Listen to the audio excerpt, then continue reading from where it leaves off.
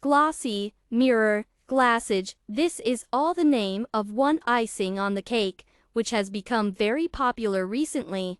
And what is trending always arouses genuine interest. Therefore, today we will prepare glossy chocolate icing for cakes at home. What do I want to say?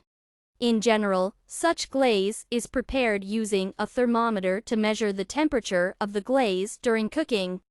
But I like to adapt recipes for ordinary housewives who want to cook delicious dishes for their family without complicated technologies and the use of professional equipment. Glucose syrup can be bought in any confectionery store as well as on the wild berries marketplace, not advertising. This recipe is a classic. So, let's prepare all the ingredients. Break the chocolate into small pieces. Chocolate can be taken both milk and white. If you take white and want the glaze to become colored, then, before whipping with a blender, you need to add a couple of drops of dye. Soak the gelatin in 30 milliliters of water and stir well. Put the chocolate and condensed milk in a tall glass. Put sugar, glucose syrup, and the remaining water in a saucepan. Put the saucepan on the stove and, stirring, bring to a boil. Pour the contents of the saucepan to the chocolate with condensed milk and put the swollen gelatin there. Mix it up, then punch with an immersion blender while keeping the blender at an angle of 45 degrees with an inclination so a lot of bubbles will not form, which we do not need. Strain the resulting glaze through a sieve 2 to 3 times. This is done again so that there are no bubbles. Cover the glaze with cling film in contact so that the film comes into contact with the glaze. I didn't do it with a film, but with a plastic bag, so it's more convenient since the film sticks very much to the walls of the glass.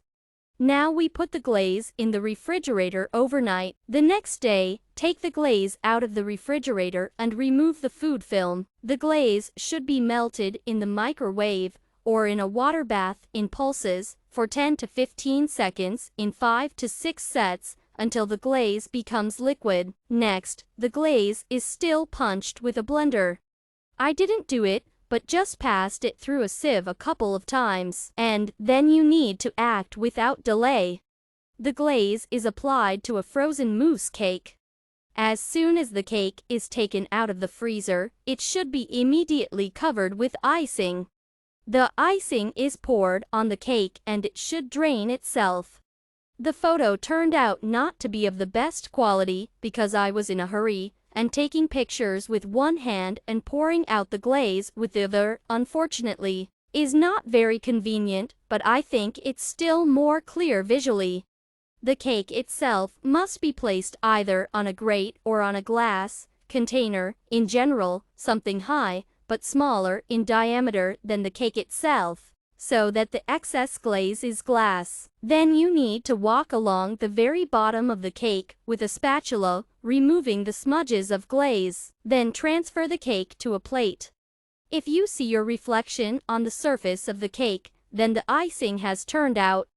It should have a mirror surface.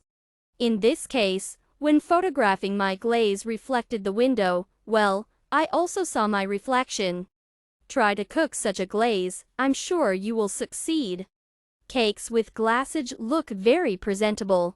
Enjoy your meal.